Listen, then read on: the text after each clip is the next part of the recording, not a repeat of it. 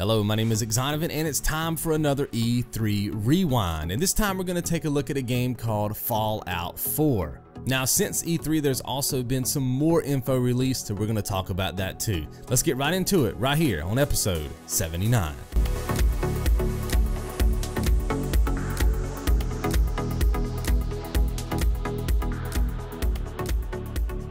So before we get into the specifics of Fallout 4, I kind of just wanted to give you guys kind of a history of my relationship with the Fallout franchise. Both Fallout 3 and New Vegas came out at a time when I was super busy. I was working at GameStop. I was working 50, 60 hours a week, and sometimes I was running other stores and moving and shaking, right? And it was just tough for me to get to the end of those games. Now, I put a ton of hours on both of them bad boys, but I spent a lot of time, exploring and checking things out like I think most Fallout players do. Now, of course, that prolongs the experience, which is good, but like I said, when I was pulling all those hours at GameStop, it was actually counterproductive for me because I could never really get to the end. And I don't think that's a bad thing. I think that's a good thing, to say that there's that much gameplay and it feels just as important as the actual storyline. You know what I mean?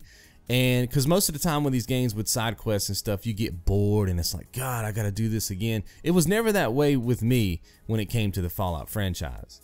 Now, the great thing about this franchise is that you don't have to play the previous one to enjoy, the next iteration in the series, which is good. It's not like there's a main character and that particular character carries over, to each iteration of the franchise. It's a new character, a new environment, if you will. And so that's good for somebody like me who never got a chance to complete the other two. Now, do I want to go back and play these games? Absolutely. I do have my save files still on my console and stuff, so I can always go back and complete them anytime and run my, finish my side quests and stuff like that. So hopefully I'll have a chance to get all that done before Fallout 4 drops, crossing my fingers. But I am pretty busy at this particular time working on some projects for you guys, so we'll see how that goes. But I kind of just wanted to give you guys the history of where I stand with the Fallout franchise, and now we talk about Fallout 4. So the first thing I wanted to talk about with this E3 presentation was the fact that we get to see the world before the fallout, before the bombs fall. And that's pretty cool, right? And I know in other games there's been like cut scenes that kind of show it, and they have this dialogue that talks about it and stuff like that. But in this game, it actually starts right before the bombs fall, which is great. I think that's something fresh that the franchise can offer us as players. Now, another thing they showed off was the create a character mode, which is really cool because they always try to find a unique way to try and tie in the character creation with the story. A lot of times with these character creation modes in games, it's just like a menu and you're just doing it, and there's no context for the game, if you will. And in this one, you actually are standing in front of a mirror. You've got a male and a female, and you can kind of sculpt their face, and they're asking stuff like, how does this look, and should I have a beard today or whatever. They have kind of a dialogue which creates a very unique experience, and it's seamless because as soon as you're done, at least what they showed in the presentation, you go right into gameplay, which I think is pretty neat. Good morning, sir. Your coffee, 173.5 degrees Fahrenheit.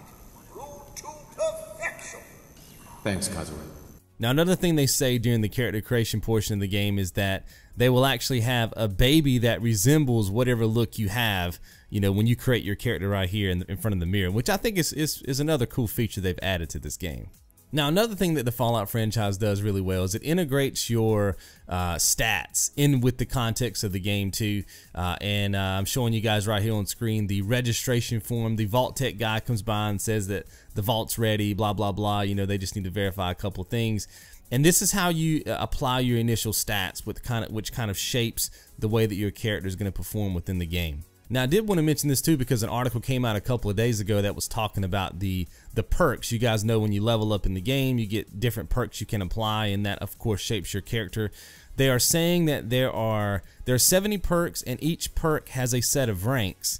So there are a total of 275 different iterations of ranks. So of course that means tons of replayability, right? You can make a character one game, have a certain set of ranks, a certain set of perks, and then play through again and see how the game changes for you, right? It may become more difficult, maybe easier, but I think that's the beauty of a game like this. Now, obviously, they are promising us the same thing they promised us in Fallout 3 and New Vegas, which is, hey, you know what? We're going to give you a map, and you can do whatever you want. You know what I mean? It's your playground, and you can take on events in the order that you want to take them on, explore. It's your game, it's your world. Do what you want to do. Now, the only thing we know about the story so far is that you emerge from the vault roughly 200 years after the bombs fall. So we get to see, like I said, we get to see the world before it fell, and then we get to see the world after it fell. So I think that does help to get some context in with your character. But in terms of the storyline, it's roughly 200 years after the bombs fall. Now, I wanted to take a second and talk about the companion system. You guys know that's something that Fallout does really well. They are saying in some of the articles I'm reading now that you will be able to pick up other companions along the way if you'd like, but you do get a companion early on in the game, and it's actually a dog, and he will basically follow you around and do whatever you tell him to do. He'll pick up, I think there's in the E3 presentation, there was a part where you said, hey, pick up this wrench, and he goes over there and picks up the wrench and brings it back to you. So, and since then, I've read articles that say, hey, you can send him inside of a building and have him scout the whole thing out, bring you back loot, which I think is pretty cool. So you don't have to go through and physically pick up every single thing in there. I'm also wondering if this will be something that you can use to distract enemies, or maybe there's a room full of enemies and you want to funnel them out to you, so maybe you send him in first, you know, the dog, and then have him again kind of aggro them in. I'm not sure how that mechanic's going to work, but I think if they can incorporate that in there too, I think that'll make for a really dynamic relationship between you and the dog. Now, another thing that was cool about this presentation was what they've done with the Pip-Boy. They've added animations to the Pip-Boy. There's also video games you can play on the Pip-Boy, so I'm assuming that's going to be collectibles that you can pick up, similar to like the bobblehead dolls. Maybe there'll be even a trophy or an achievement for it, but you can pick up these games and you put them in the Pip-Boy, and you can actually play like little mini games, right? And like I said, they could have easily made this some generic menu screen where you just select one and play, but they found a way to incorporate that into the Pip-Boy. And like I said, I think that brings you more in context with this world than if it was the other way around. All right, now we get into a gameplay mechanic that I really love about this game, and that is the ability to scrap things you find in the environment, you know, parts and tires and whatever you find, right? You can scrap that stuff down and create new stuff out of it, like doors or walls or beds or whatever, right? And you can basically create your own little settlement in the game. You can determine how much power it gets because you can set up generators. You can determine how much water supply it has. You can set up a little place for your dog, like a little dog house. You can do anything you want to in here. And I'm showing you on screen right now the bobbleheads. You know, you guys know that's always a collectible. You can set that station up and put your bobbleheads in there, and it's just your home. You know what I mean?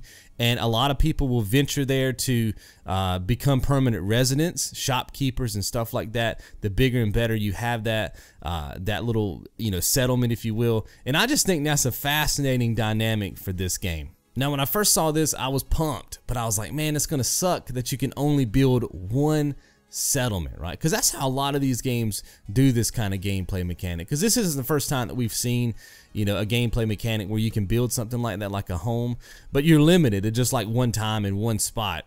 Well, in this game, you can actually build tons of settlements in the game, you know, across the map world, and you can even run caravans in between the settlements too, which I think is pretty cool. Now, maybe some of you guys know this, but I haven't seen or read this anywhere. I hope that they incorporate like an XP system with this gameplay mechanic. You know, let's say you get invaded by some raiders and you kill them all. Hopefully that increases your XP. You see what I'm saying? Because that will give me more reason to want to spend the time to create not just a settlement, but a settlement that's fortified, a settlement that's protected. Because I know this is an optional gameplay mechanic, but I hope that they incorporate the XP system with it in context. I think if they do that, they've nailed it.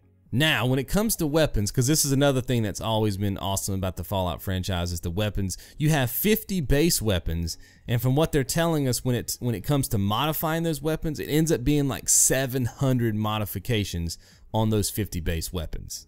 Now, to take that to the next level, you're not limited to just modifying your weapons. You can also modify your armor.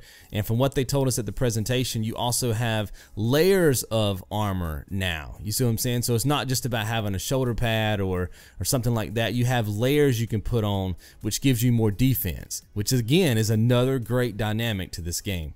And that's pretty much it, guys. This is going to be a fantastic game. The only thing that your boy Xonovan is concerned with is the glitches. Please just keep the glitches to a minimum. You know what I mean? Like, every Fallout game I've ever played has been glitched to death.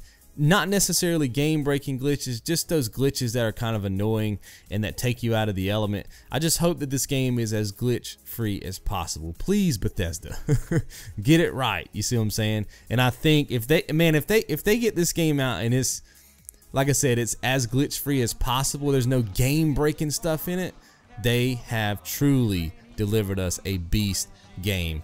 And this is one of those games that I'm glad to throw down $60 on. So let me know what you guys think about Fallout 4 in the comments below. I'll see you guys right back here tomorrow.